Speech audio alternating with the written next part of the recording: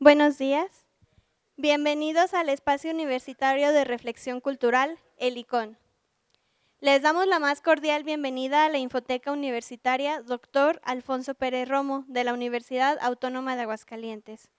En nombre de la Dirección General de Difusión y Vinculación y del Departamento de Difusión Cultural, les agradecemos su presencia en esta 12ª charla del ciclo, que lleva como título Etimologías de la vida cotidiana. Recordarles la dinámica de preguntas. Al ser un evento grabado, si desean participar, es necesario hacer uso del micrófono. Además, si se registraron por medio de nuestro correo electrónico o nuestro número de teléfono, no es necesario volver a escribir su nombre en las hojas de registro. Me permitiré leer la semblanza de la invitada del día de hoy.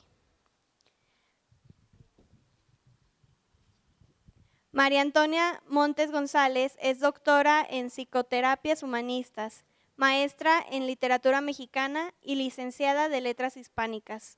Participó en el primer diseño en México de un programa de educación superior basado en competencias, el de técnico. Superior universitario en ofimática por la Universidad Tecnológica de Aguascalientes y la UT de León.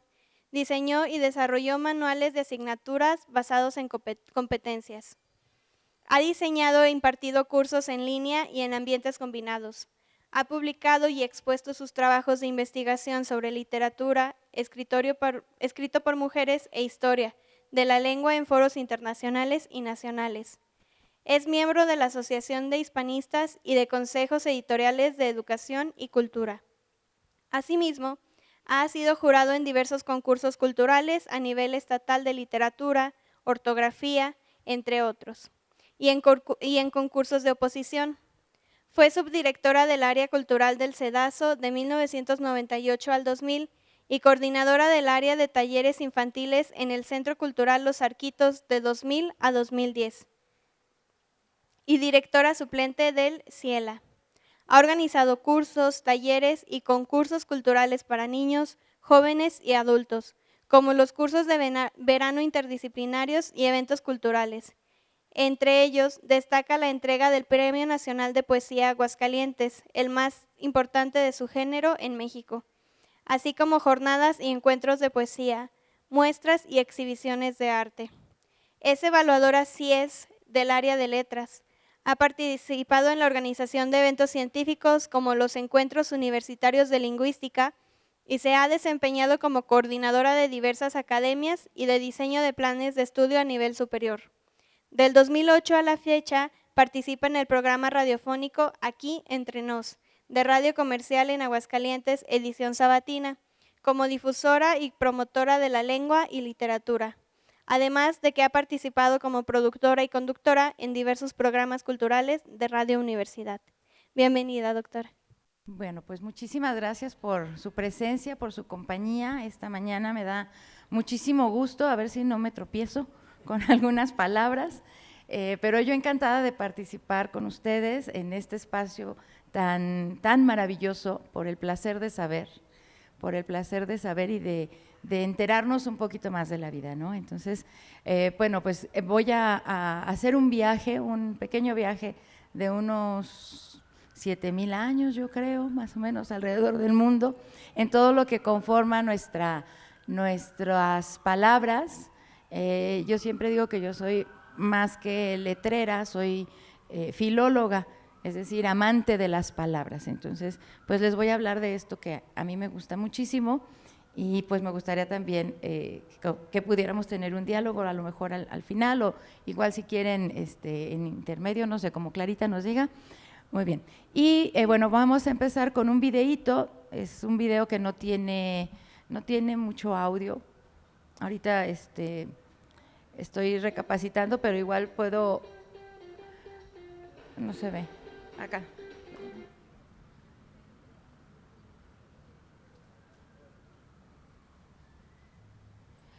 El Ministerio de Cultura de Español, cada 23 de abril se celebra pues a nivel mundial el Día del Libro y también se celebra el Día de la Lengua Española. Entonces, este es un videíto que se hizo en España, el Ministerio de Cultura, sobre ¿quiénes somos los que hablamos español?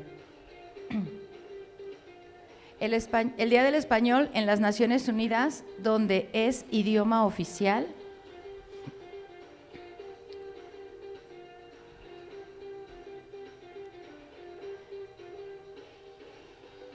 y bueno, este video muestra algunas imágenes de grandes escritores, donde también nos dice que la lengua española es un idioma para la ciencia, en el corazón de la inteligencia artificial, una lengua de comunicación, la tercera lengua más usada en la internet.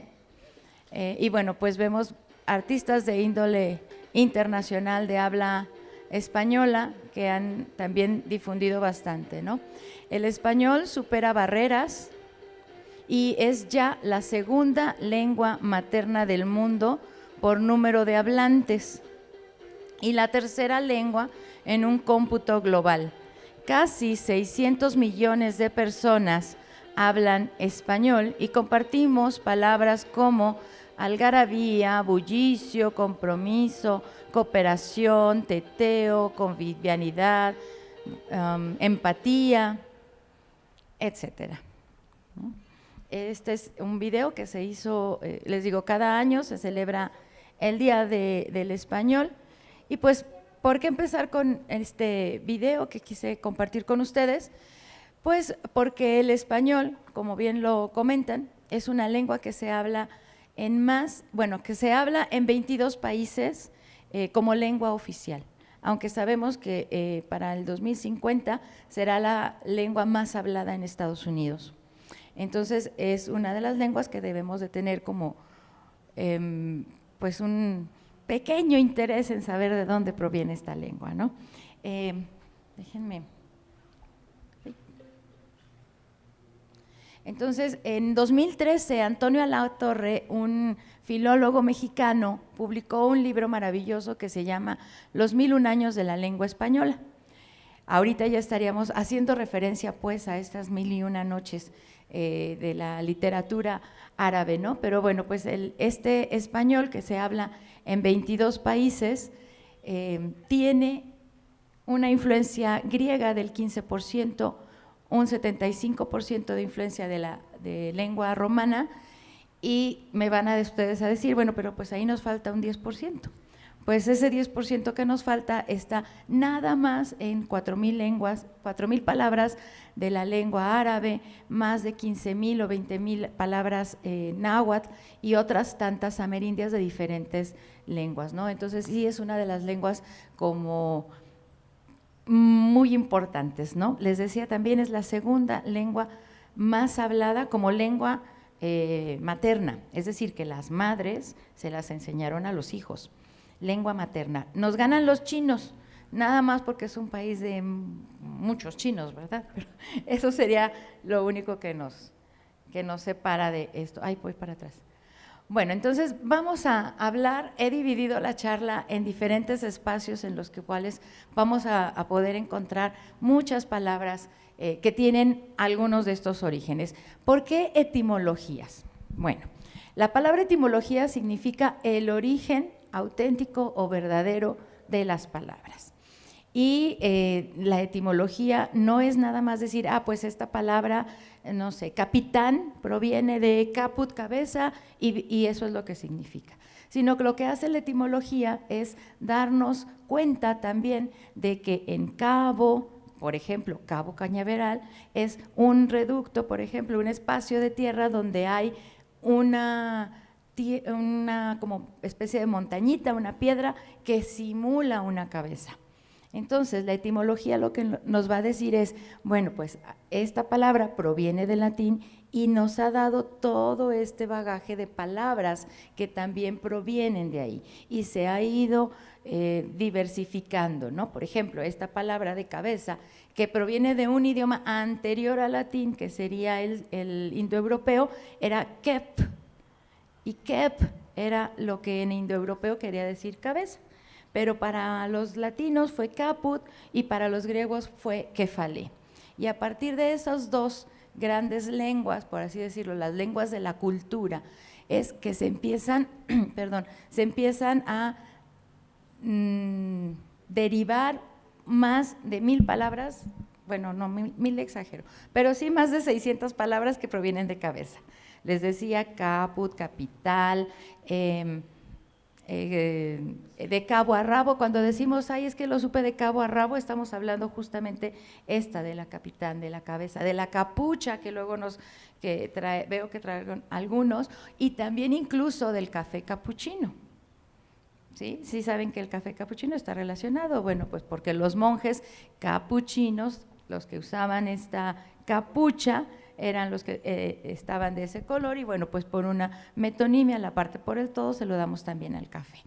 Y bueno, pues vamos a hablar de estas dos grandes lenguas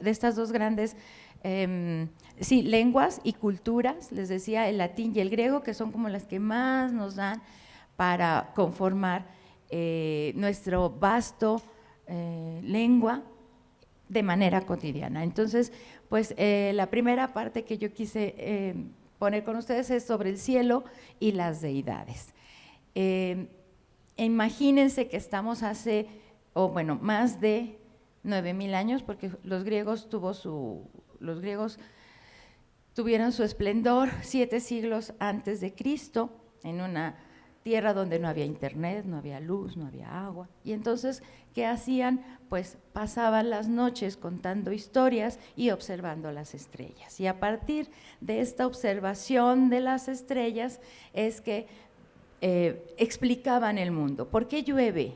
¿Por qué está lloviendo en este momento? Ah, pues porque el dios Urano está observando a la diosa Gea, y entonces al no poder tomarla, tocarla, pues empieza a llorar, y entonces de Gea empiezan a surgir brotes que son sus hijos, pero Urano, el celeste, el celestial o la bóveda celeste, pues también nos habla de otras más cualidades, ¿no? De los días, y bueno, los griegos cuando tenían un hijo, le preguntaban a los astros, ¿no? ¿Cómo es que va a ser mi hijo? Y había unos oráculos o pitonisas que eran los que describían cómo sería la vida de su hijo, y le preguntaban, a ver, pero cuénteme, ¿a qué hora nació su hijo? Ah, bueno, pues dependiendo de la hora y de observar la hora, de ahí la palabra horóscopo, es que voy a determinar cuáles son las características que tiene su niño, ¿no? Entonces, el horóscopo, la hora que observo en que nació mi hijo, pues me dice que está Júpiter con Venus, o no sé, bueno, yo sé de mitología, pero no de astronomía. Y en ese sentido empezaron a decir, bueno, pues como que este día es más importante ¿no? Y entonces empezamos a encontrar que dedican el día para la luna, el día luna, el día a Marte, el día a Mercurio, a Júpiter, a sábado y al sol. Y nosotros tenemos los días de la semana justamente dedicados a estos dioses. El lunes, el martes, miércoles, jueves, viernes, podemos identificar fácilmente a estas deidades, ¿no? Ustedes saben, este cruce que se da entre un mundo cultural con otro mundo que fue el cristiano o el hebreo, pues dijeron los hebreos, nosotros no creemos, no somos politeístas, creemos en el Dio, un solo Dios, ¿no? Y este Dios, pues este día lo vamos a dedicar a el Señor, es decir, el Dominus Dies, el día del Señor, pasa en español como el domingo, el día dedicado al Señor. Sin embargo, en inglés sí lo seguimos conservando, ¿no? Monday, Thursday, Sunday, que sería el día del sol.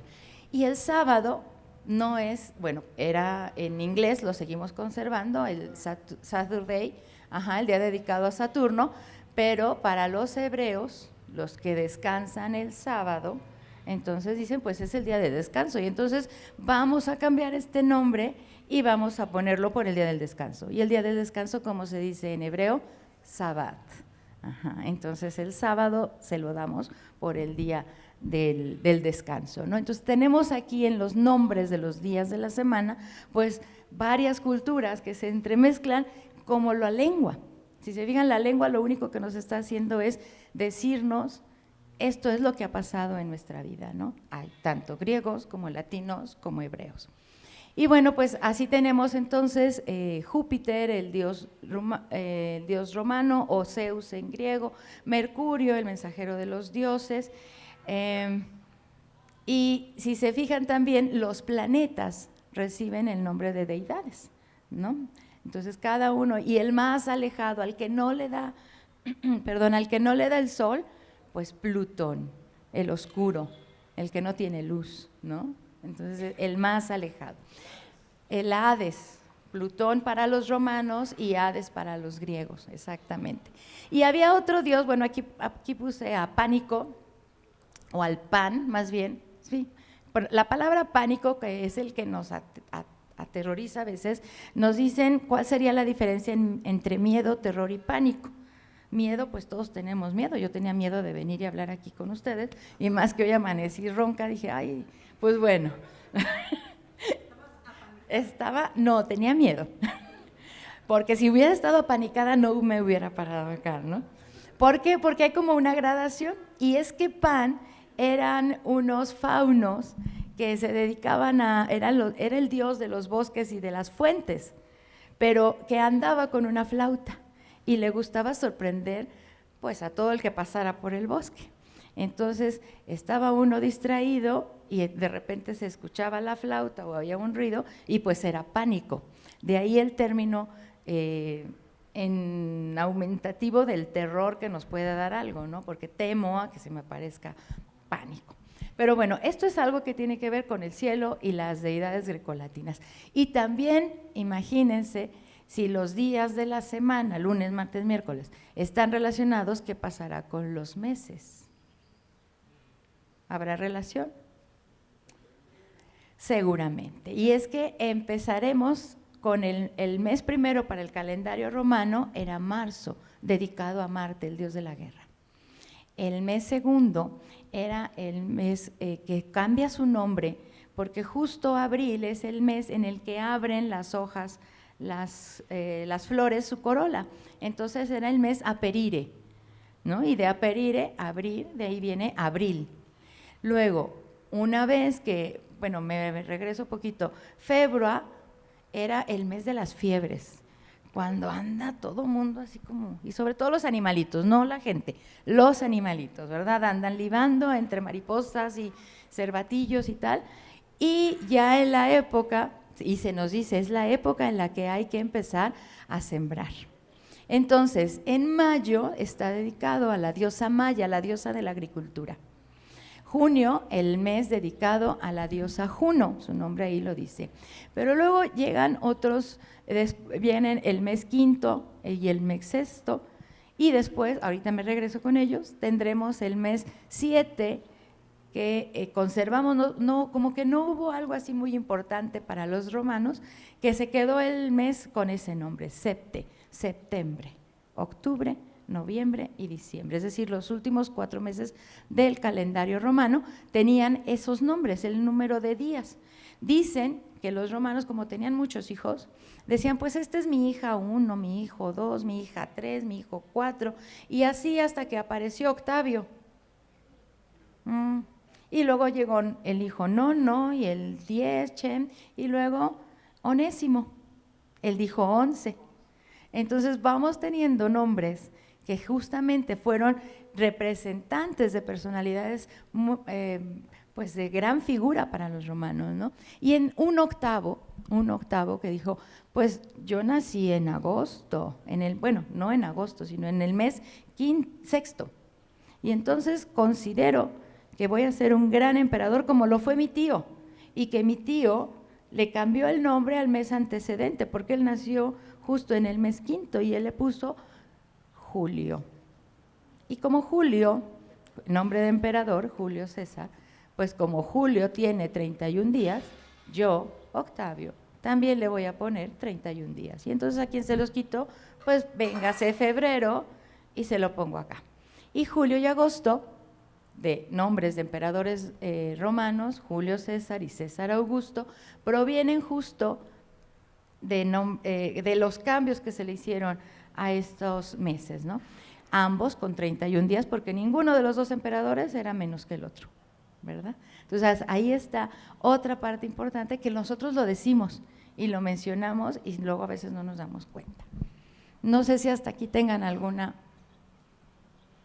¿Quieran compartir algo? Sí. Es una observación. Usted dice, los griegos no tenían agua ni luz. Sí tenían agua y luz, sí, la luz solar. Y nosotros creemos que el agua exclusivamente viene en tubos. No, ellos tenían el agua de mar y los ríos. Y la otra es que Julio César nunca fue emperador, por eso lo mataron.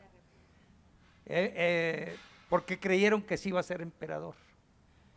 Y además, la última pregunta que dice, pues sí, está la luna, está Helios, el sol, Saturno, todos los dioses romanos y sus satélites, Ganímedes, nuestro satélite, y pues hay, casi todos son dioses o deidades menores que llegan hasta nuestros días, lo cual indica la gran influencia de lo grecolatino, muy importante. Otra cosa que le quiero decir, el español, dice Alejo Carpentier, el escritor cubano, hay un español en América y hay un español europeo, y el español de América es muy rico, tiene tzetzal, tzotzil, náhuatl, otomí, ñañú y árabe y vasco, la rañaga, zumárraga son vascos, la doble R caracteriza a los vascos, Arrainsar, todo eso es vasco. Entonces es muy rico y qué bueno que afortunadamente se siga hablando. Y es todo, porque si no yo agarro. Gracias. Efectivamente, de los 22 países que decimos que se hablan que tienen el español como lengua nacional, sí, se ha enriquecido con todas estas lenguas amerindias. De hecho, sí traigo aquí una diapositiva para hablar de estas, ¿no? Una cosa, el español que hablamos es el castellano, porque en España está el vasco, el bable, el gallego, son más idiomas intermedios. Que son otras lenguas. Asturianos, todo eso. Sí, sí son. Lo que pasa es que se está grabando y necesitamos hablar con micrófono. Muy bien. Ay, es para el otro lado. Entonces, nos hemos dado cuenta entonces que el tiempo, ¿no? Días de la semana, los meses, el tiempo está relacionado bastante pues con… Ay, no les hablé de enero. Enero, porque, ¿verdad? Hablábamos de febrero, marzo, abril, les dejé enero para el final, porque enero está representado por el dios Jano, un dios bifronte, es decir, tenía dos caras, una cara veía al futuro y otra cara veía al pasado. Y de Jano tenemos una evolución muy importante en varias lenguas, porque nosotros todos conocemos el Río de Janeiro, y como lo decía, perdón, ¿cuál es su nombre? Luis Díaz. Luis Díaz.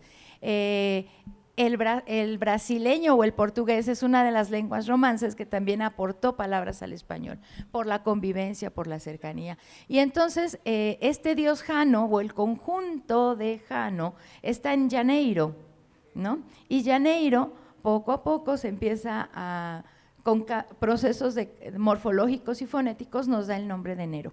Entonces el nombre de enero está en español y en inglés identificamos January, ¿no? Por ejemplo, otra vez ahí el dios Jano. Bueno, semana, la palabra semana proviene del latín septimane, es decir, 7 mañanas o 7 días, ¿no? Entonces una semana, cuando hablamos los 7 días de la semana, pues con decir la semana o los días de la semana no tengo que reforzar 7, pero ahí es donde nos damos cuenta que las etimologías las vamos perdiendo, o sea, no concientizo pues que ahí hay números en esas palabras, ¿no? Y bueno, también la hora, cuando decimos la hora, eran las diosas que marcaban las estaciones eran denominadas ore. En cuanto al amor y los sentimientos, qué bonito, ¿no? Digo, Vamos a tener varias palabras que tienen que ver con el amor y con las sensaciones. Yo quiero contarles en este espacio, por ejemplo, de la palabra corazón. Cordis en latín es corazón y cardia es en griego. De hecho, cuando nosotros vamos con el cardiólogo, pues vamos a que nos revise el corazón, y cuando tenemos latidos muy fuertes, pues tenemos taquicardia, o bien podemos tener una carditis, ¿no? O pueden hacernos un electrocardiograma, una descripción de los latidos del corazón. Pero también del corazón tenemos los nombres de los dedos de nuestras manos. Entonces, nosotros tenemos un dedo que nos sirve para señalar o para indicar, que es el dedo índice, ¿verdad? Tenemos un dedo anular, este dedo que nos anula ante las otras posibilidades. Yo soy una persona casada y aquí lo demuestro, ¿verdad? Traigo lo que me anula ante los demás, ¿no? Bueno, me la quito y ya no pasa nada. Pero este dedo, este anillo que nosotros llevamos ahora, antes lo tenían también las esclavas, y lo llevaban en el tobillo, y ahí decía a quién pertenecía esa esclava. Y si ahorita ustedes traen su anillo de casados, ahí dicen a quién pertenecen y desde qué fecha, ¿verdad? Es exactamente eso. Pero bueno, este dedo es el que nos anula ante cualquier posibilidad. Y el dedo de en medio, este dedo se llama cordial. Ustedes lo tienen ahí, el de Britney, ¿no? Y se llama cordial, ¿por qué? Porque hay una arteria que va desde este dedo de en medio hasta el corazón. Entonces vean cómo también en los nombres de los dedos de las manos tenemos la presencia grecolatina, ¿no? Y bueno, pues del latín emotio viene la emoción, aquello que sale y que nos mueve, porque la E de emoción es algo que sale, y de ahí éxito, excitar, salir, ¿no? Y la emoción es toda aquella parte que te mueve y sales hacia afuera, o sales a buscar que no te anulen el dedo. Bueno, ya hablando de esto, sabemos, sí. El meñique pues es pequeñito, meñique. Si mal no recuerdo, tiene, al igual que el pulgar, nombres italianos, ¿no? Pero tiene que ver con la relación de pequeñez. Sí, no lo dije, el tamaño, es pequeñito. Y en cuanto a las relaciones familiares, pues bueno, yo creo que todos queremos a nuestra familia y nos enojamos con la familia, y hay muchas cosas con la familia. ¿Y de dónde viene la palabra familia? Bueno, pues familia proviene de fame, que fame significa hambre. De ahí que el caballo de Don Quijote estaba famélico, ¿no? Y hambriento. Y en un español más cotidiano, más de la vida casual, pues estaba jamelgo, flaco, ¿no? Era un rocín flaco. Y pues es que del latín fame, que viene hambre, viene familia, es decir, mis hambrientos. A estos a los que yo les doy de comer, a mi esposa, a mis hijos, a mi hermana, a mi suegra, al perro y a los esclavos.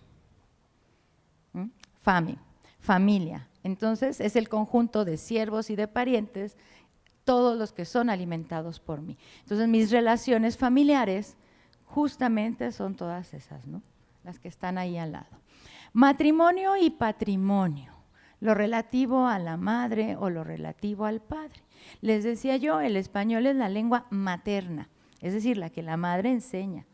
Y el patrimonio es lo que da el padre, el patrimonio, la cuestión económica, los dineros, que economía proviene también de oikos, casa, ¿no? Entonces las normas o las leyes de la casa es lo que se hace la economía, y es lo que comparten los padres, el patrimonio, los bienes materiales, las dotes.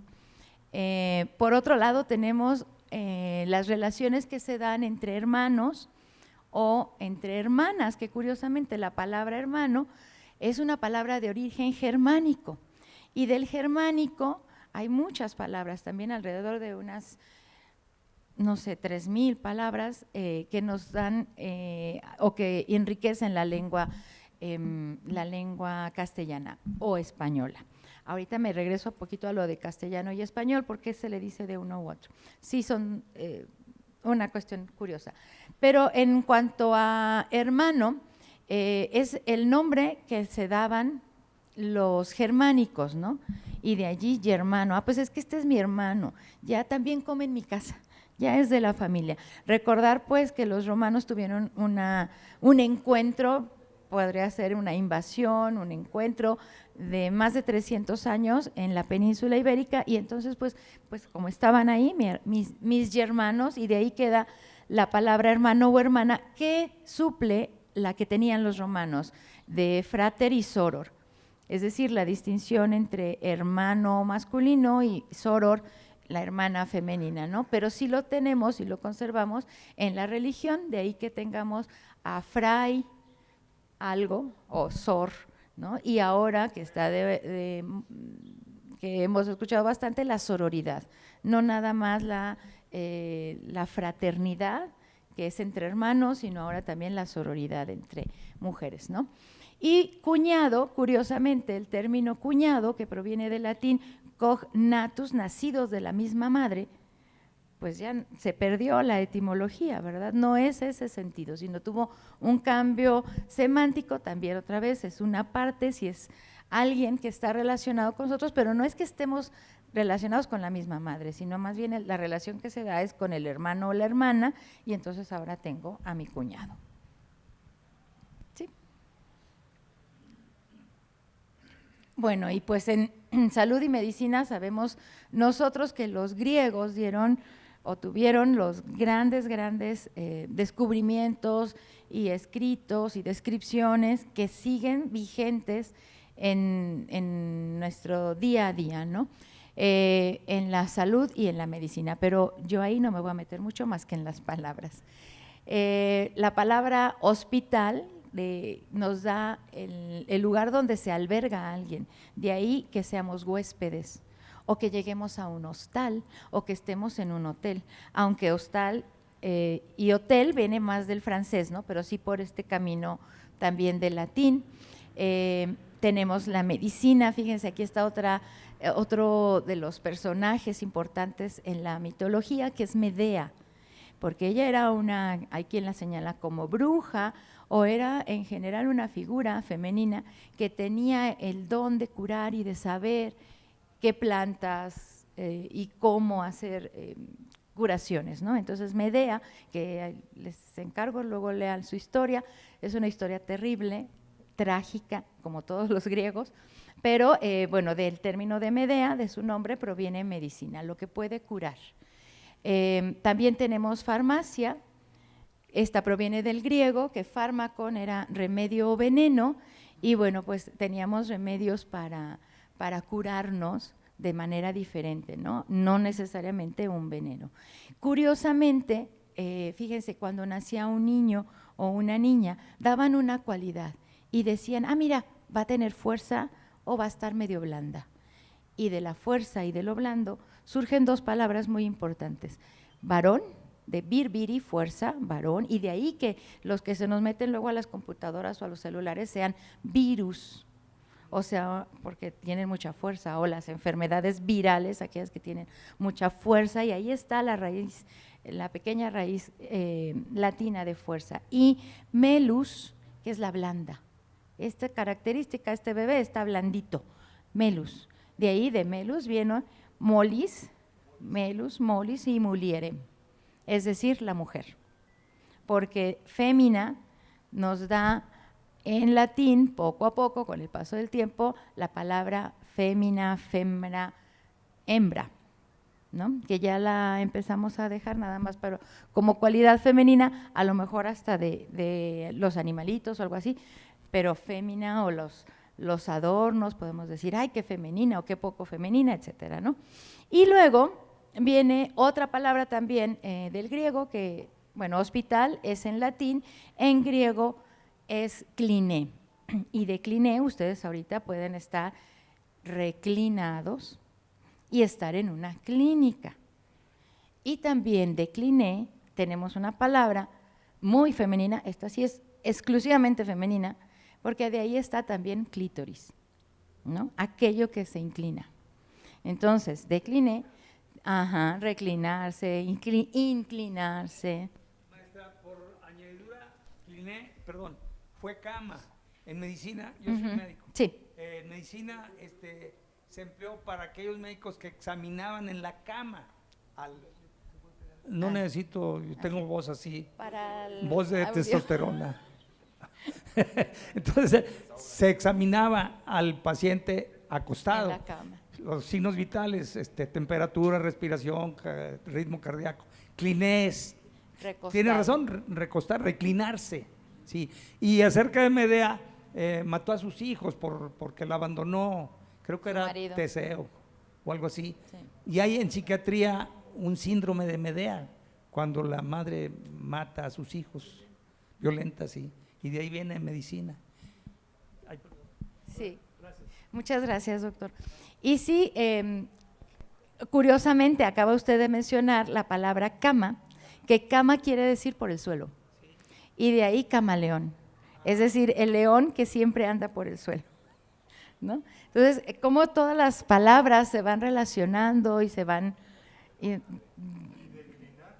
declinar también, porque por ejemplo, la declinación, por ejemplo, en español, dices una palabra y luego hacemos masculino, femenino, ¿no? Por ejemplo, perro, perro, perra, perrita, perritos, perrera, y ahí también estoy haciendo una derivación morfológica como una especie de declinación, o sea, la voy acomodando.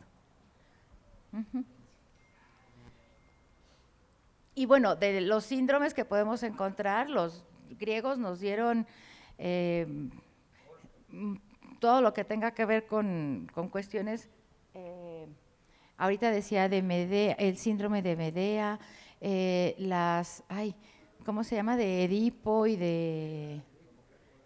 se me fue. Sí, los complejos, exactamente, los complejos, ¿no? Y bueno, pues también sabemos que hay muchas enfermedades. La palabra gripe, que proviene del francés, bueno, a través del latín, gripe, pero catarro, catá es hacia abajo y reo es fluir. Entonces, catarro es cuando fluye un líquido hacia abajo. Lo mismo que sucede con diarrea, pero diarrea es a través del cuerpo, ¿no? Y la disminorrea, bueno, pues ahí sería como una menstruación dolorosa. Reír es otra palabra que viene también de reo, ¿no? De reír, ¿por qué? Porque como que nos desbordamos, ¿no? En esta cuestión. Alergia proviene de alos, otro, ergon, acción o trabajo, es decir, que el trabajo lo hace otro. Y los carros alegóricos que vemos en un desfile, pues están relacionados con las alergias, nada más que los carros alegóricos nos muestran otra cosa para decirnos algo. Entonces, a lo mejor vemos, no sé, un delfín figurando, simulando las aguas o algo, ¿no? Entonces, con el trabajo de otro, por eso se llaman carros alegóricos.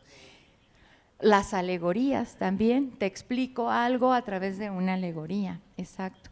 Diabetes, del griego día, a través, y betes, que es pasar, o vaino es el verbo, sería vaino el verbo. Entonces, algo que pasa a través, y es que los que tienen diabetes van más seguido al baño, a hacer pipí, entonces tienen que pasarlo rápido, rápido.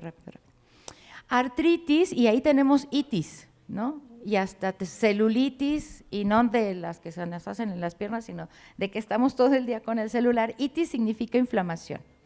Y entonces de ahí decíamos hace rato carditis,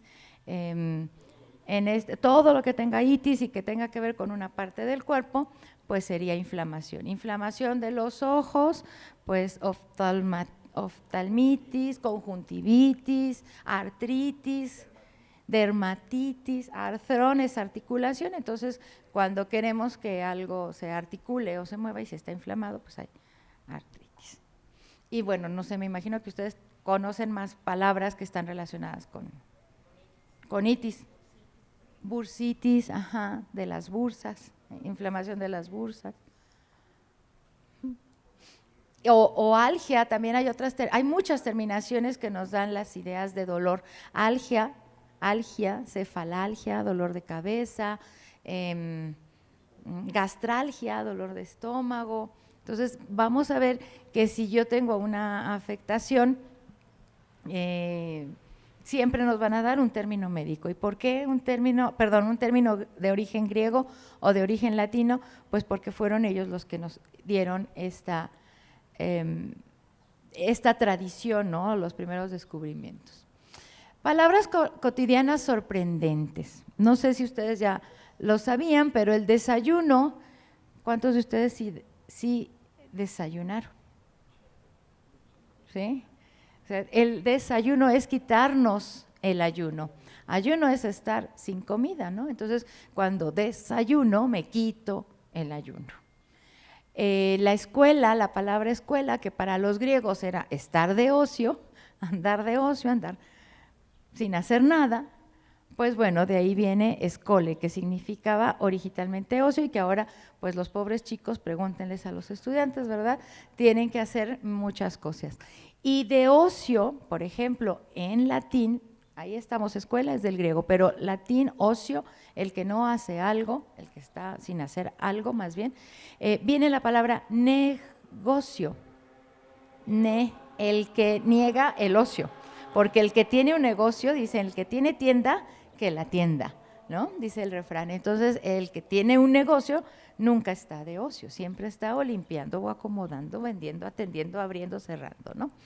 Y bueno, si está con mucho trabajo, pues el tripalio era un instrumento de tortura, donde amarraban al individuo en tripalio, 3 palos, es decir, en uno iba un brazo, en otro iba el otro brazo, y en el tercero iban los pies, y lo estiraban hasta desmembrarlo. Entonces, cuando decimos voy al trabajo, voy a mi instrumento de tortura, que ahorita pues ya prácticamente no es que me desmiembren literalmente, ¿no? Pero sí me llega el estrés y 1000 cosas. Y fíjense, de tripalio, de la escuela, hay otro número aquí, me gusta mucho con los romanos, que es la trivia, que ahorita voy a tener una trivia, el lugar donde se juntan 3 caminos y entonces hacer algo trivial es hacer cualquier cosa, relajarnos un rato. O cuando tenemos una trivia, hago una pregunta y entonces son las 3 opciones o las 3 posibles respuestas. Nada más el desayuno, hay una porción del intestino que es yeyuno, siempre está vacío, o sea, está como ayuno, que no tiene alimento. Muchas gracias. Bueno, pues ahí ya tenemos más, ¿no? Información.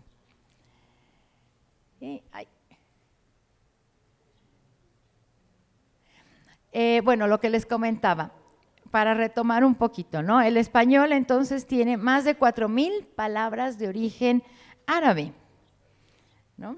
De seguro alguno de ustedes sabe alguna palabra de origen árabe. Almohada, ¿de dónde viene almohada? ¿O qué significa almohada para los árabes? La mejilla. Entonces la almohada es donde deposito mi mejilla. ¿Alguna otra? Alhaja, que curiosamente, bueno, luego dicen, todas las palabras que empiezan con a o al es árabe, y es que a o al es el artículo. Entonces puede ser la o el, bueno, en el caso de la mejilla, almohada, ¿no? Alhaja, ahí está otra. Almacén, donde se guardan cosas. Ojalá Dios quiera. Acequia, el lugar donde está una noria sería latino, entonces un lugar de agua. Alambique, ¿qué guarda usted en el alambique?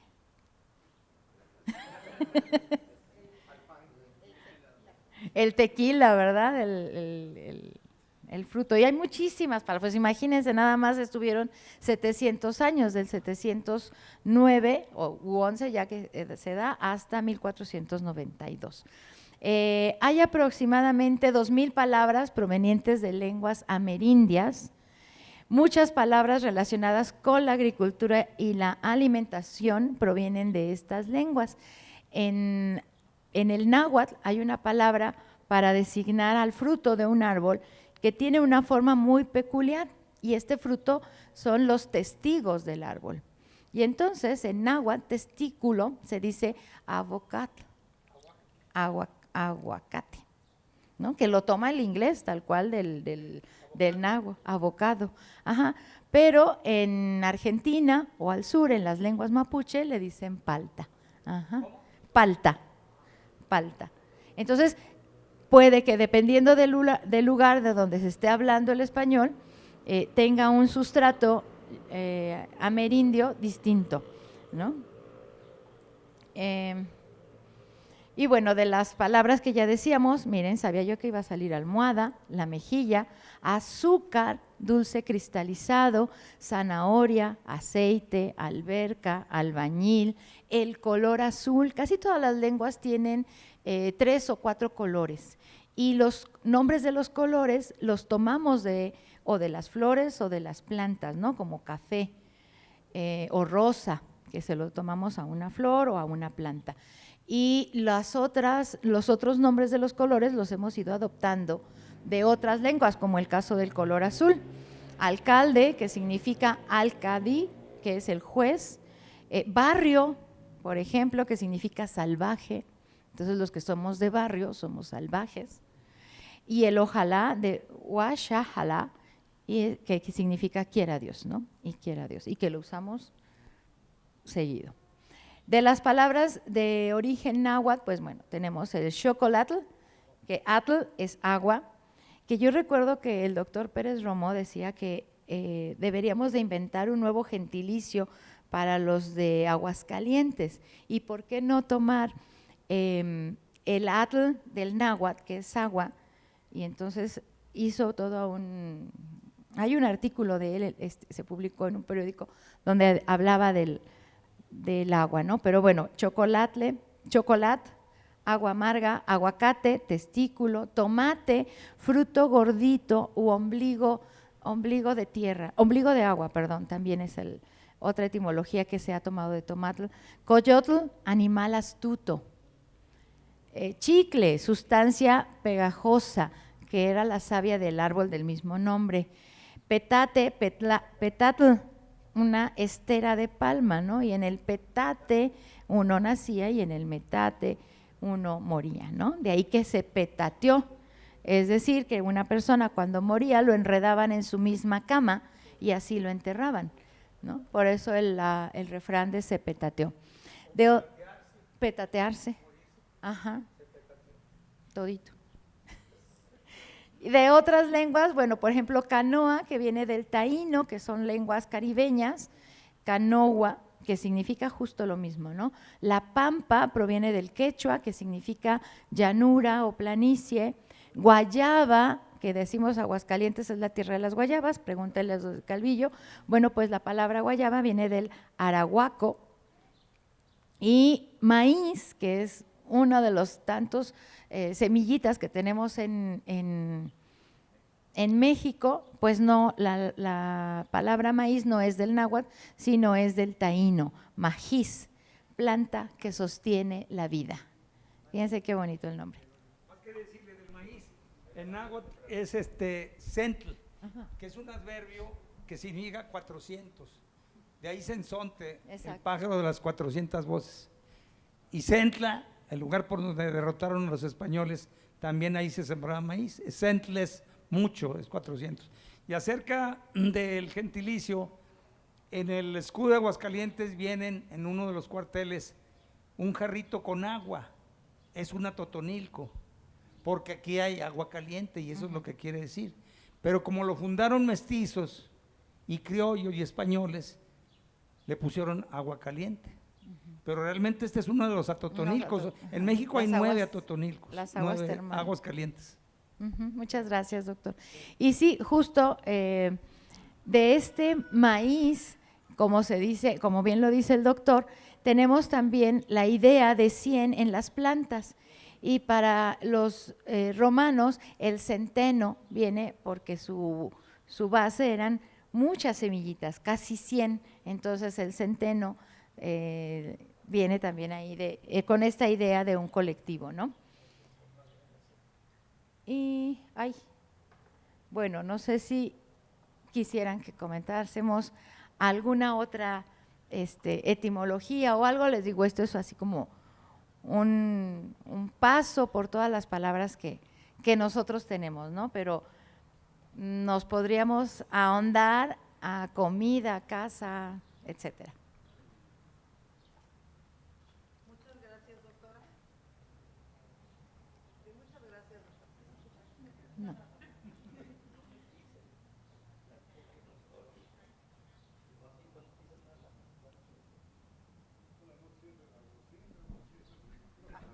Bueno. Muchas gracias, doctora. Muy interesante toda esta información. Yo en lo personal me quedo sorprendida de todo ese bagaje que nos está compartiendo. La mayoría de las ocasiones, yo creo que, no sé qué porcentaje utilizamos, pero yo creo que no utilizamos ni un 5% de las palabras correctas que debiéramos utilizar, ¿sí? Todo hablamos sobre apodos. Es más, a veces las personas no nos merecen ni llamarles por su nombre, ¿sí? Y más los muchachos. Entonces, qué pena que estemos en esa ignorancia y que tantas cosas por descubrir, ¿sí? O sea, a mí, yo me quedo así para atrás, digo, ay no, qué barbaridad, ¿por qué utilizamos siempre las mismas palabras? Y a lo mejor yo pudiera decir que en mi vocabulario tengo 150 o 200 palabras cuando son miles y miles que puedo utilizar, y de verdad, qué rica está la charla hoy. Muchas gracias, felicidades. Al contrario, gracias.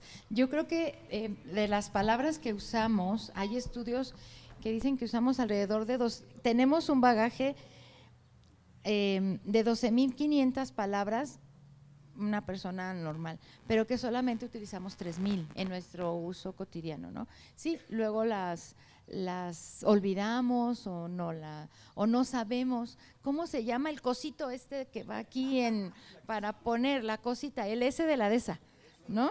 Entonces, S de la DESA, pues a lo mejor aquí tendríamos que hacer más ejercicios como para, no sé, el doctor ya nos dirá, para la memoria. El leer, siempre nos han dicho leer, escuchar música, ir dando palabras, ¿no? En nuestra vida cotidiana, ¿en dónde obtenemos mayores beneficios? ¿En la religión, en la psicología, en la cultura? ¿En dónde tenemos más beneficios de las palabras? En todas. Lo maravilloso de las palabras es que, y de la comunicación, ahorita que nos decía la maestra, no es tanto que nos dé una pena o un dolor que no tengamos tantas palabras, sino es un reflejo de la sociedad. Hay palabras que se empiezan a usar de más porque es lo que hay en el entorno. O hay palabras que se dejan de usar porque ya no existen, ¿no? Por ejemplo, surge un dispositivo nuevo para calentar comida y entonces le llamamos como quien lo inventó, el microwave o el microondas, ¿no? Ponlo en el horno de microondas, y es un nombre muy grandote, entonces lo acorto a 2 sílabas, pues ponlo en el micro, ¿no? Y me quedo solamente con este reducto que es griego. En el pequeño, y pues no es pequeño porque tiene una potencia de no sé cuánto. Entonces, más bien, ¿qué uso le estamos dando a las palabras? Porque sí, me faltó a lo mejor agregar en la psicología, en la cuestión de la religión. No, bueno, muchas de las lecturas, hablando de religión católica, por ejemplo, la palabra Biblia, que significa los libros, porque es un conjunto de muchos libros. Y entonces está el libro del Apocalipsis, del Génesis, origen, o sea, muchos de ellos y muchas de las cartas, por ejemplo, de los apóstoles a los fenicios, a los griegos, a los atenienses, estaban escritas en griego.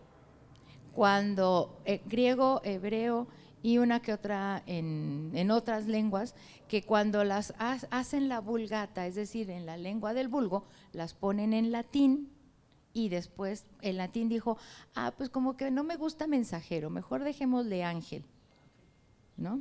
Y el evangelio, la buena noticia o la buena nueva, ¿no? Eu es bueno, ángelos, mensaje o mensajero, de ahí ángel. Entonces muchas palabras que pasan de una lengua a otra lengua dicen, pues ya, dejamos la que está de moda. Y en ese tiempo pues la de moda era la de los griegos.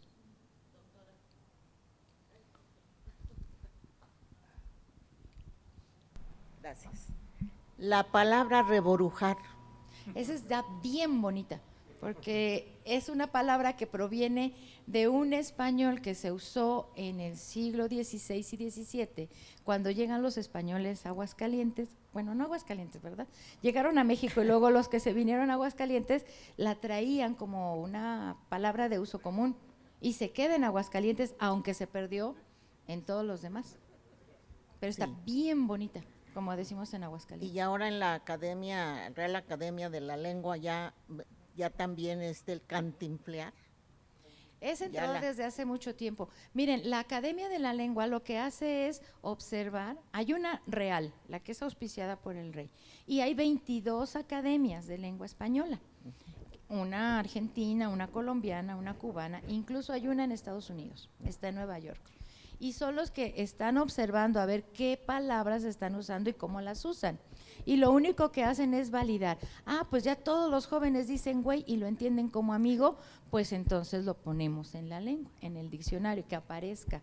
Cuando este actor, Mario Moreno, empieza a ser tan famoso, dicen, y todo mundo entendemos, todo mundo que de habla hispana entendemos que la forma de hablar de manera reborujada es cantinflesca, pues entonces pongamos el adjetivo o el verbo cantinflear.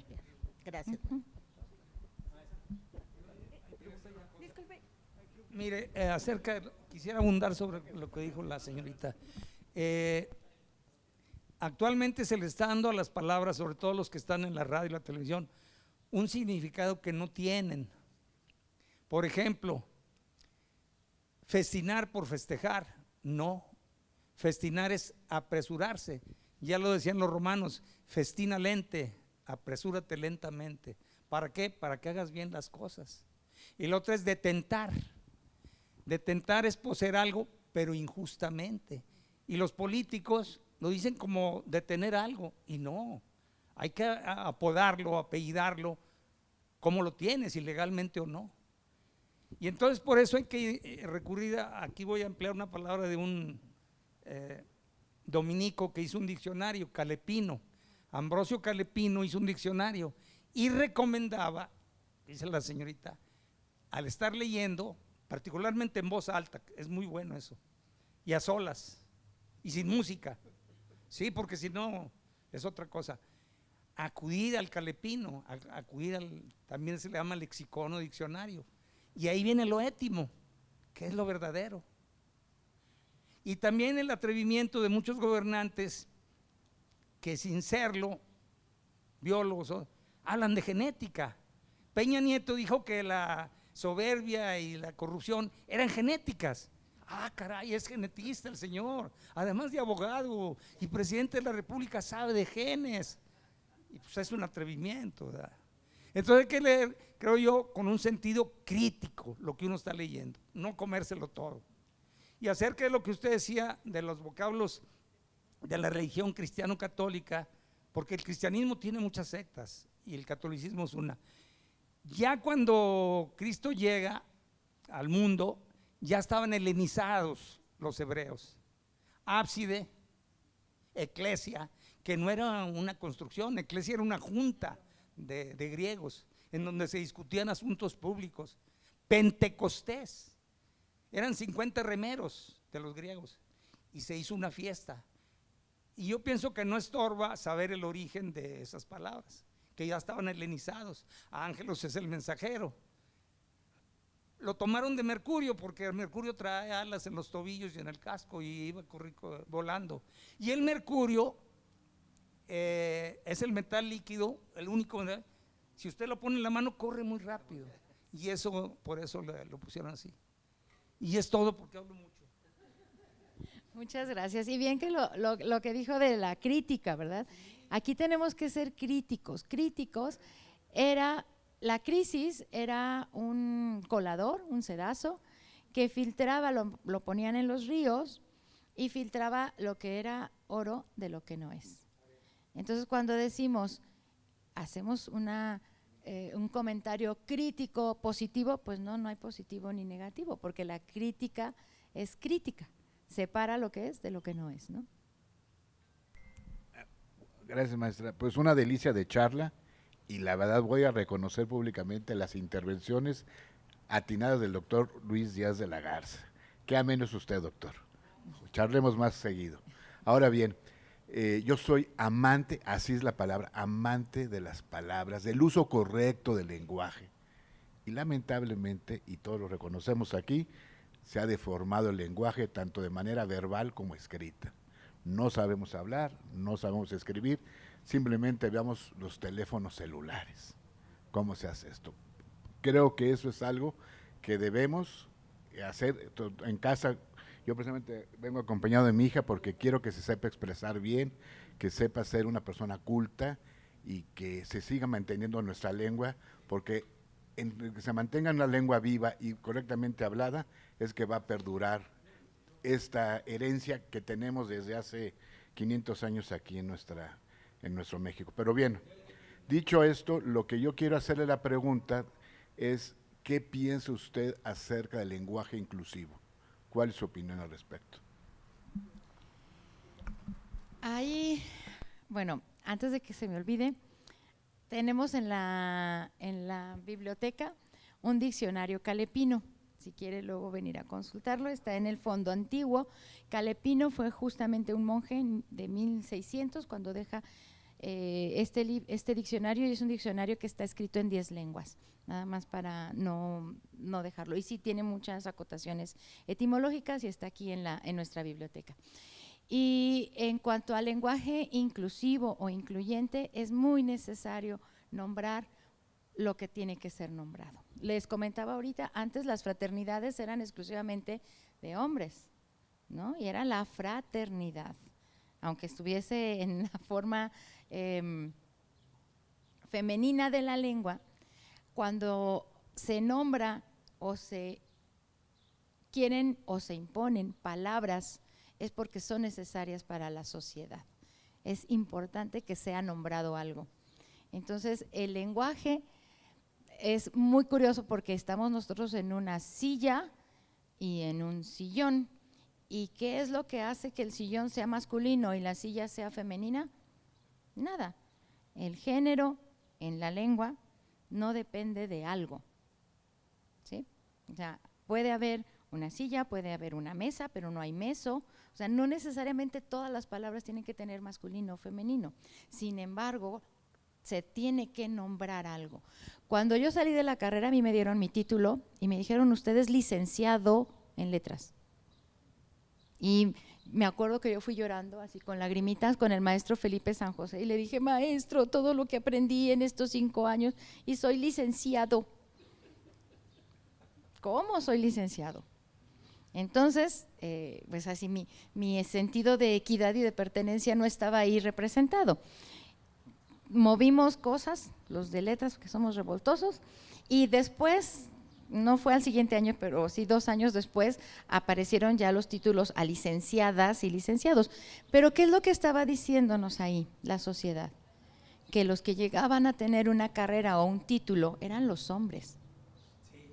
Entonces había el arquitecto, el médico, el ingeniero. Y entonces si había una mujer, pues es que así está hecho. Usted que sea mujer, pues es su problema, pero es que es licenciado en letras. Usted es ingeniero, usted es médico.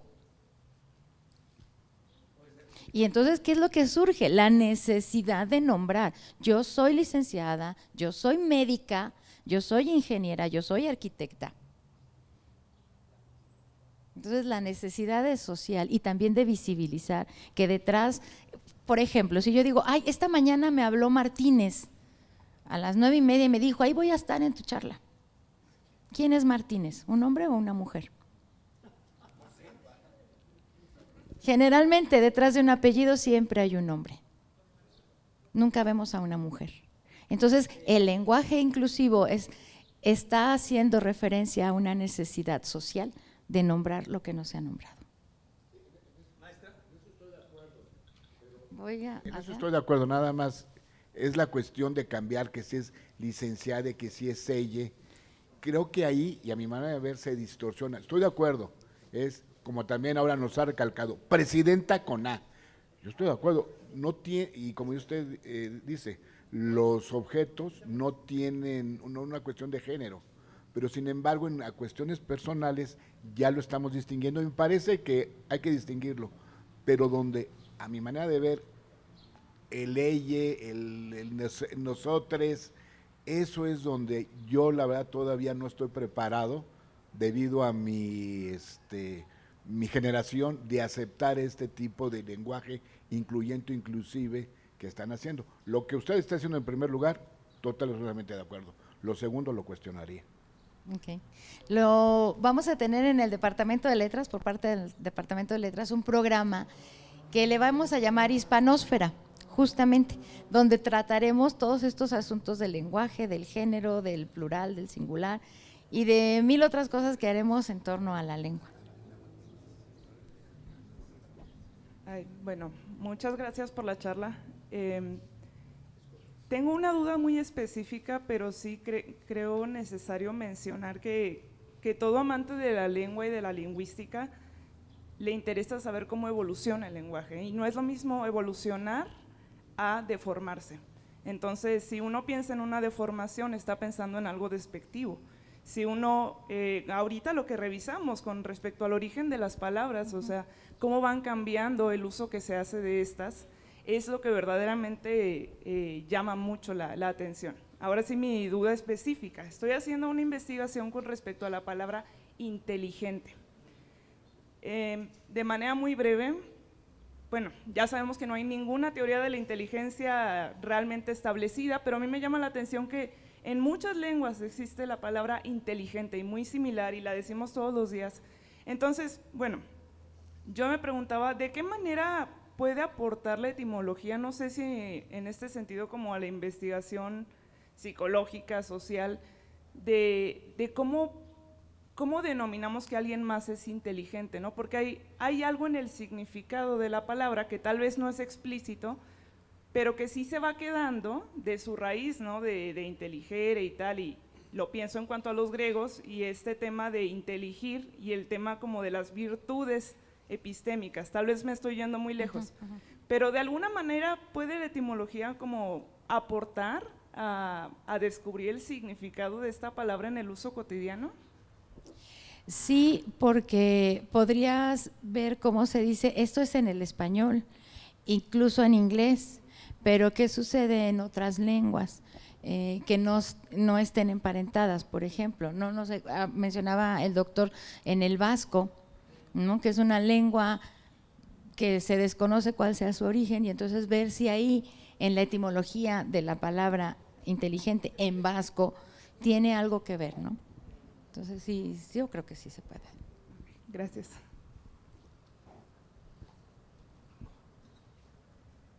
Gracias. Buenas tardes. Buenas tardes. Bueno, voy a dar un comentario muy personal del lenguaje incluyente. Yo pienso que el origen, como dice usted, fue válido, pero que ya se abrió la caja de Pandora y se está abusando terriblemente de una inclusión forzada que para mí es más bien exclusión. Por ejemplo, el mundo era más sencillo cuando decíamos, aquí estamos todos. Todos, para mí, y para mucha gente antes, era todos, todas. Y todes. No, todes, no, a mí esa palabra es una aberración. Todos y todas. Porque después, ok, correctamente y atendiendo a las situaciones sociales que comentas, se dijo todos y todas. Y hay quien dijo, no, yo no soy ni todo ni toda. Entonces todes. Entonces yo puedo decir mañana, no, yo no me identifico ni con todos, ni con todas, ni con todes. Y de hecho ya lo existe en las redes sociales, en TOD XS. O sea, ¿qué tontería es eso? Y luego después yo voy a decir, no, yo quiero todos. Entonces ya, en vez de estar hablando de la médula de una conversación, tenemos que estar cuidando para no ofender a la gente.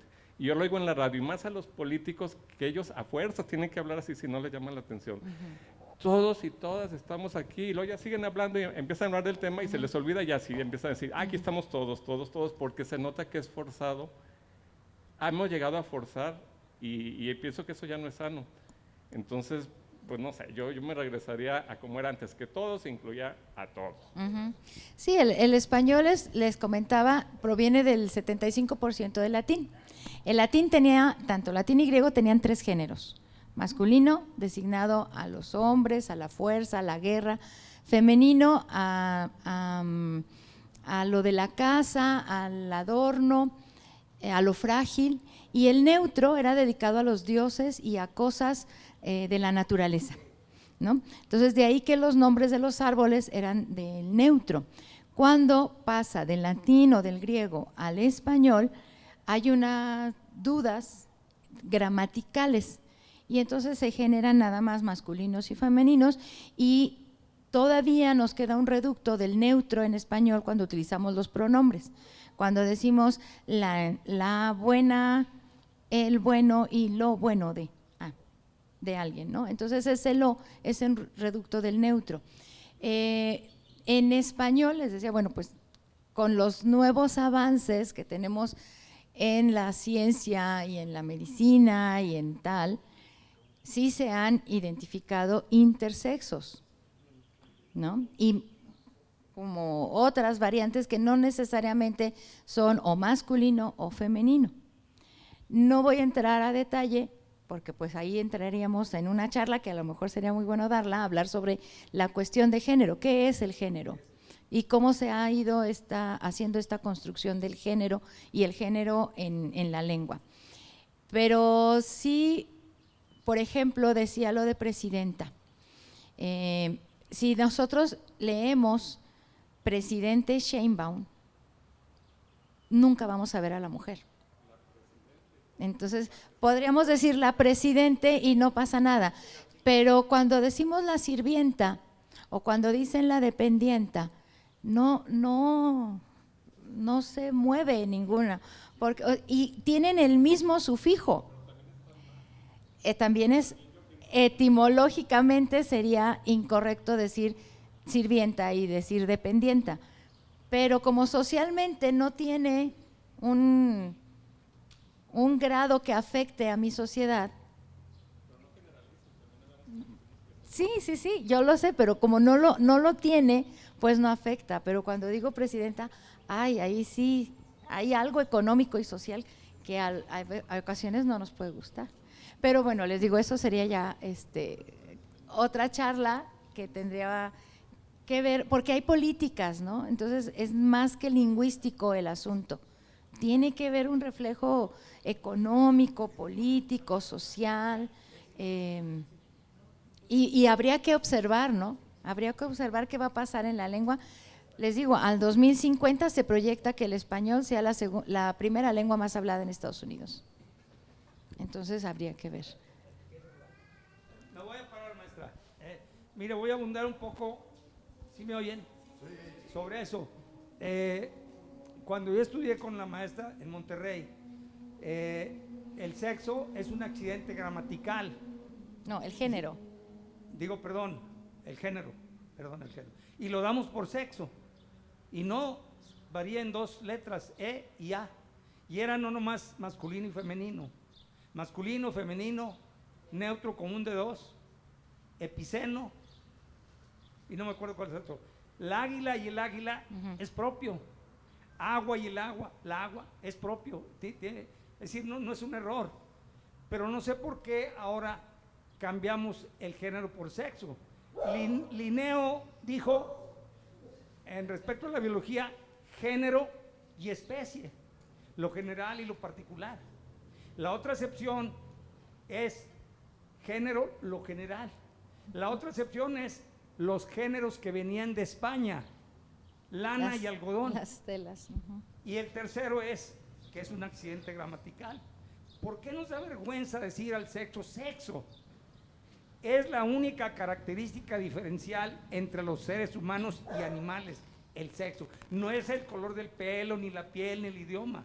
Lo que distingue la diferencia entre los seres humanos es el sexo, no es el idioma ni nada de eso. Entonces, ¿por qué tenemos que? Ahora, respecto a la, se le puede poner como decir el pronombre la presidente, antes se hace así. Claro que hay que darle realce real a la mujer, porque lo tiene, no es artificial. Pero, por ejemplo, estudianta, pues es cacofónico. Comercianta, pues también es cacofónico. Entonces puede decir la estudiante, la comerciante, tiene género femenino. Yo pienso eso, es una opinión. Ahora bien, hay una cosa acerca de lo cantinflesco y otras palabras que usamos en México y también en el común de Argentina, Chile y todo. Se llaman idiotismos, no porque sean idiotas, sino porque idios es propio.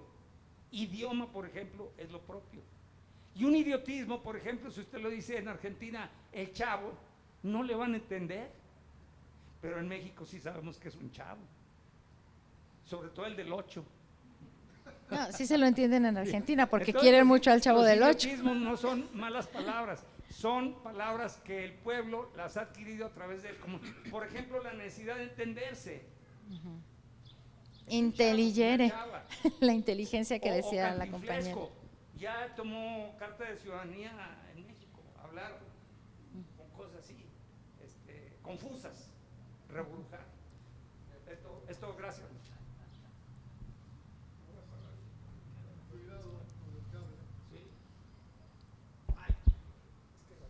Ya nada más es rápido. La palabra presidente es neutra para ambos sexos. Ajá. Entonces, si ahora ya vamos a usar presidenta, para las mujeres dejemos de usar presidente porque es neutro y digamos presidento y presidenta, que para mí también es presidente sería cacofónico. Eso es muy importante, la cacofonía, antes se cuidaba eso. El idioma español, la lengua es hermosa y se cuidaba no decir cacofonía, lo que suene feo. Entonces ahora pues eso ya no está importando. Y para mí es muy importante porque nuestra lengua es preciosa. Así es.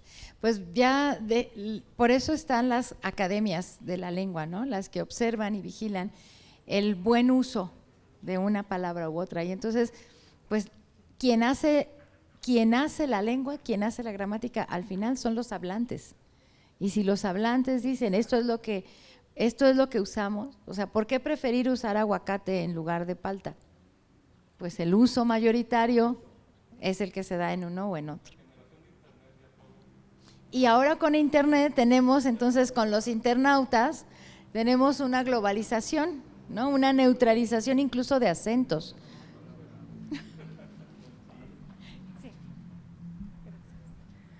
Buenas tardes. Antes que otra cosa, felicitarla por una charla maravillosa. Me parece que es muy notorio todo el estudio que hay detrás, todo lo que usted ha venido a decirnos el día de hoy con muchas bases, creo que es de agradecerse. Y me gustaría preguntarle, hay otros idiomas, por ejemplo, como el alemán, que tienen el alto alemán, que es de cierta zona que se considera como el alemán puro, y vamos, los dialectos como el bávaro, en Austria y demás. En el español, ¿cuál sería, hay algún equivalente? ¿Existe algún español que se considere más puro que otro? ¿Cómo funciona eso de los dialectos en la lengua hispana? La clasificación lingüística en un dialecto sería como la variedad regional, ¿no? Del español. El español se habla en 22 países. Pensando nada más en México, tenemos 13 zonas dialectales, ¿no? La del noroeste, noreste, el Atlántico, el caribeño, el centro occidente, el centro, el de Chiapas. Por ejemplo, en Chiapas vocean, ¿no? Vos piensas, ¿no? Y es un voceo muy diferente al español, al voceo de Argentina, de vos pensás, o al colombiano, usted pensás, o tú pensás, ¿no? Entonces, cada región está nutrida por las influencias lingüísticas que hay debajo o antes de la llegada de los españoles, ¿no? Decíamos, nosotros tenemos en México muchos nahuatlismos, justo porque es la lengua, era la lengua de prestigio para los nativos de estas tierras. Pero dependiendo de dónde, ¿por qué no nos llamamos a Totonilco, sino a Aguascalientes? Justo como lo mencionó muy bien el doctor, ¿no? Porque los que llegaron a esta zona tenían esta forma de hablar diferente, tan así, tan español estaba la zona que tenemos un diminutivo que no es usado en el español coloquialmente en México, pero está el diminutivo en Peñuelas y en Ojuelos, ¿no? Peñuelas es como las piedritas, pero tomamos el nombre muy castizo, ¿no? Muy andaluz, con esa terminación huelo y huela. En Ojuelos también no son los ojitos, sino es el lugar donde están estos ojos chiquitos, que son ojos de agua, pues, pero es Ojuelos.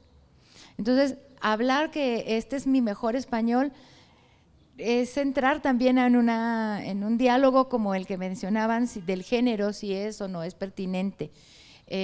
¿Cuál es el mejor español hablado? Cuando ustedes entran a ver una película, podemos optar por el español de España o el español de Latinoamérica.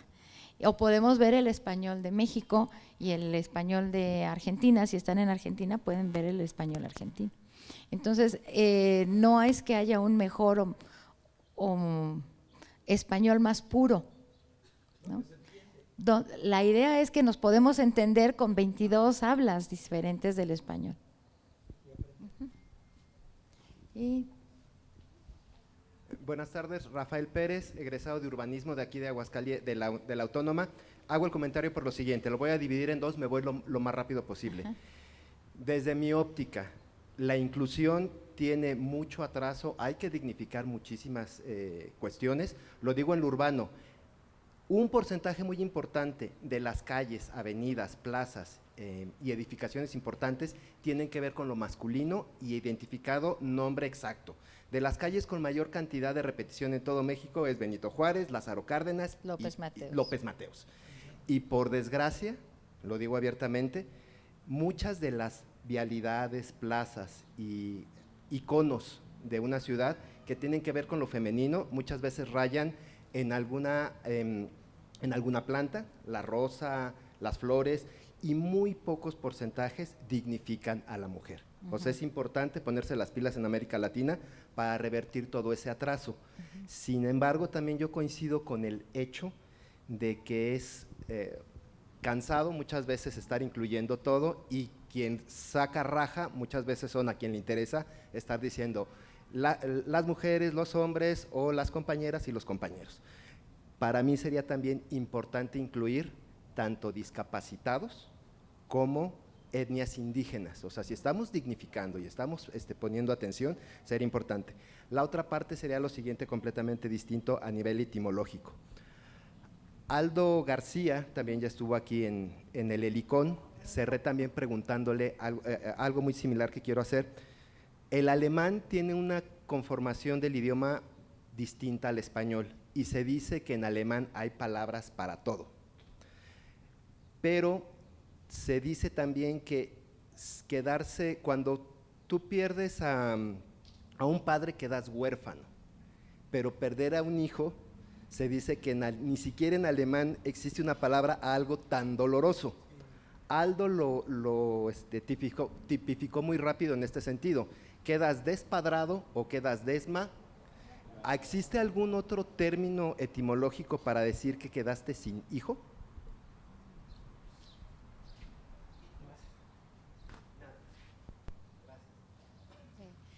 No, Aldo lo hizo todo un estudio con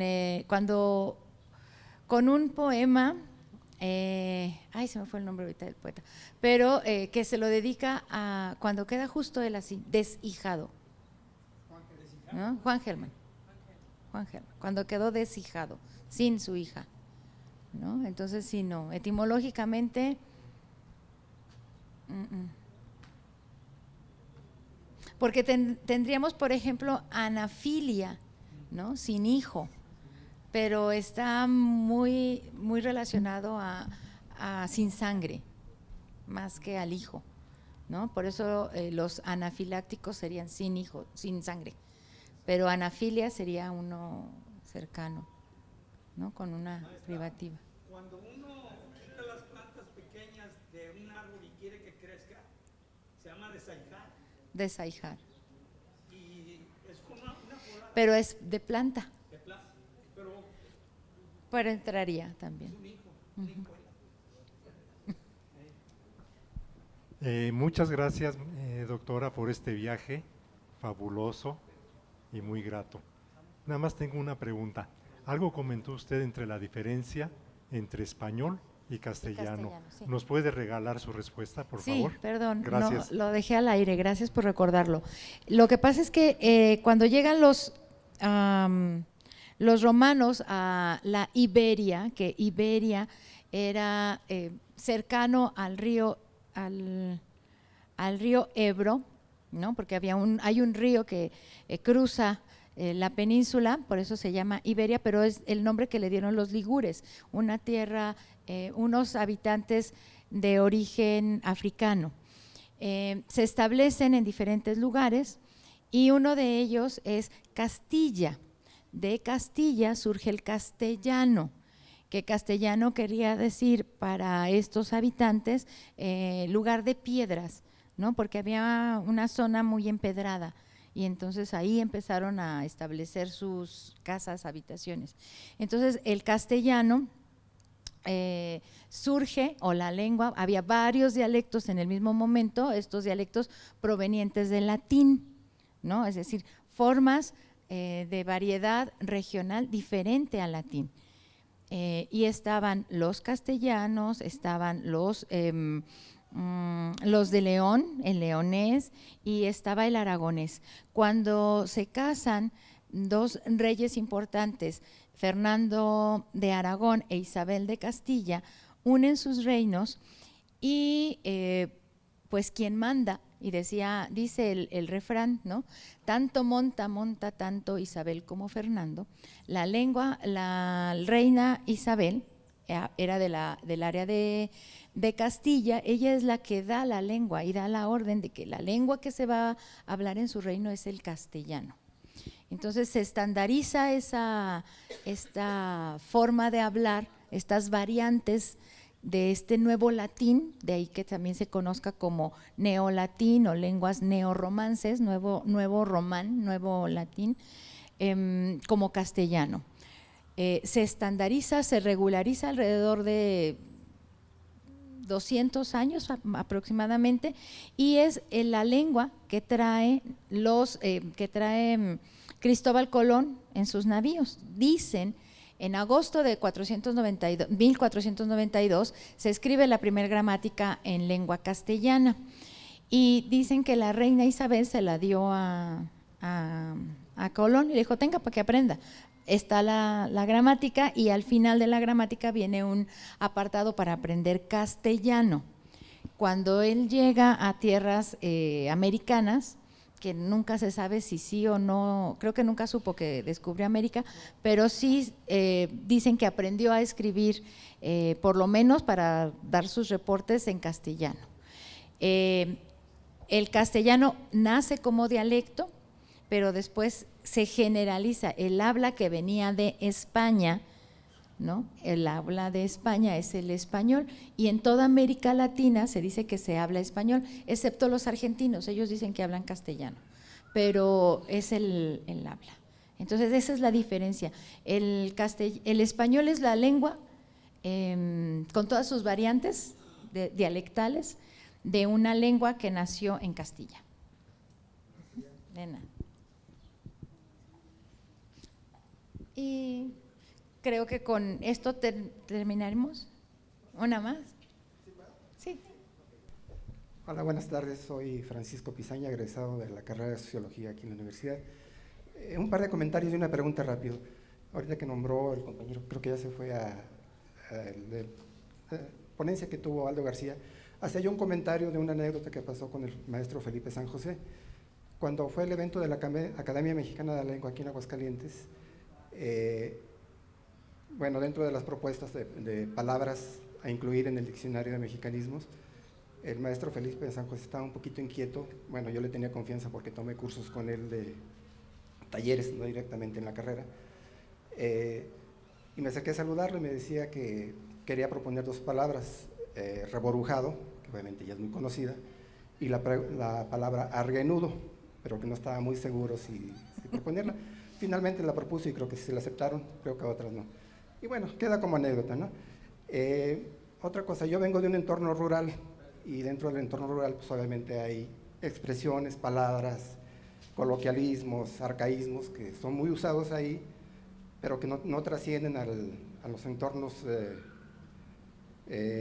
públicos o urbanos porque son propios de. Y hay una palabra que a mí me gusta mucho, lo recuerdo porque usted lo acaba de comentar, recordar.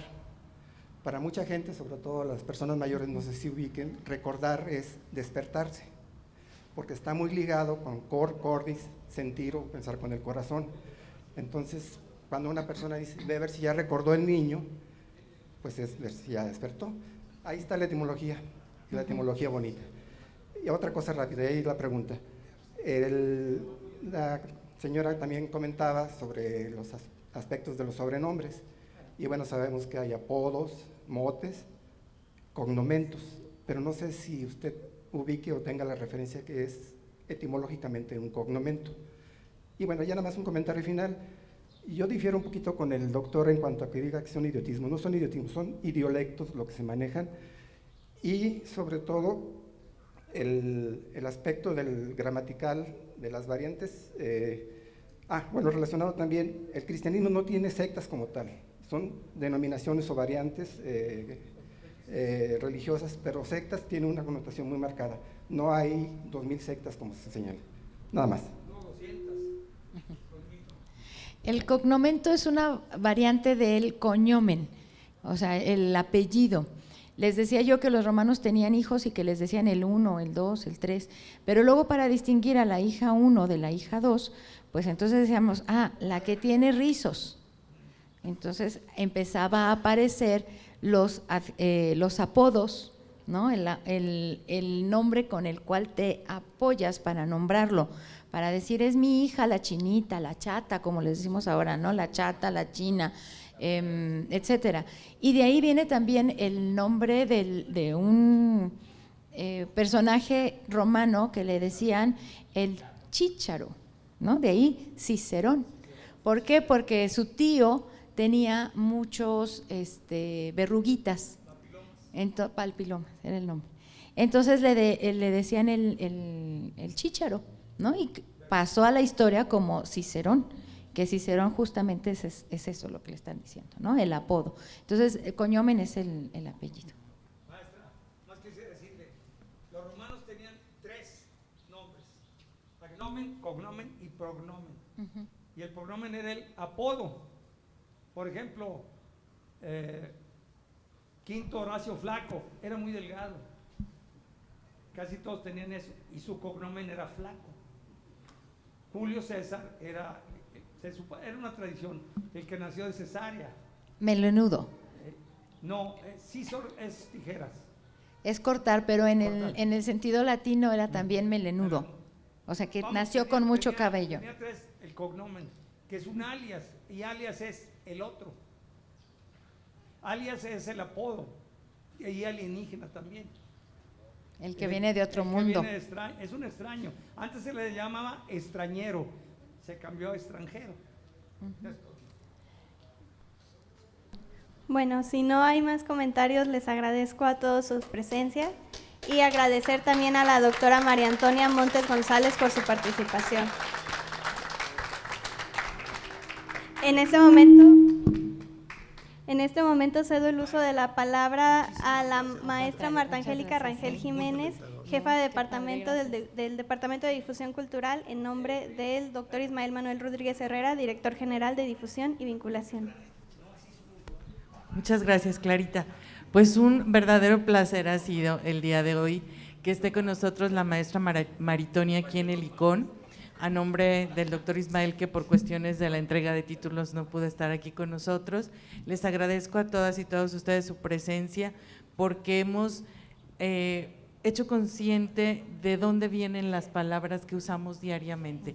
Eso decía, las etimologías de la vida cotidiana, porque a veces no nos acordamos no nos ponemos a pensar de dónde vienen las palabras que utilizamos y toda la historia que ha tenido que viajar para que lleguemos a nombrarlas así, para que gracias a la lengua se vayan cambiando y vayan nombrando lo que tienen que nombrar, como bien dijo Maritonia. Pues un placer y un agradecimiento muy especial de nosotros para ella, y un aplauso muy fuerte porque ha sido una extraordinaria charla. Gracias. Muchas gracias.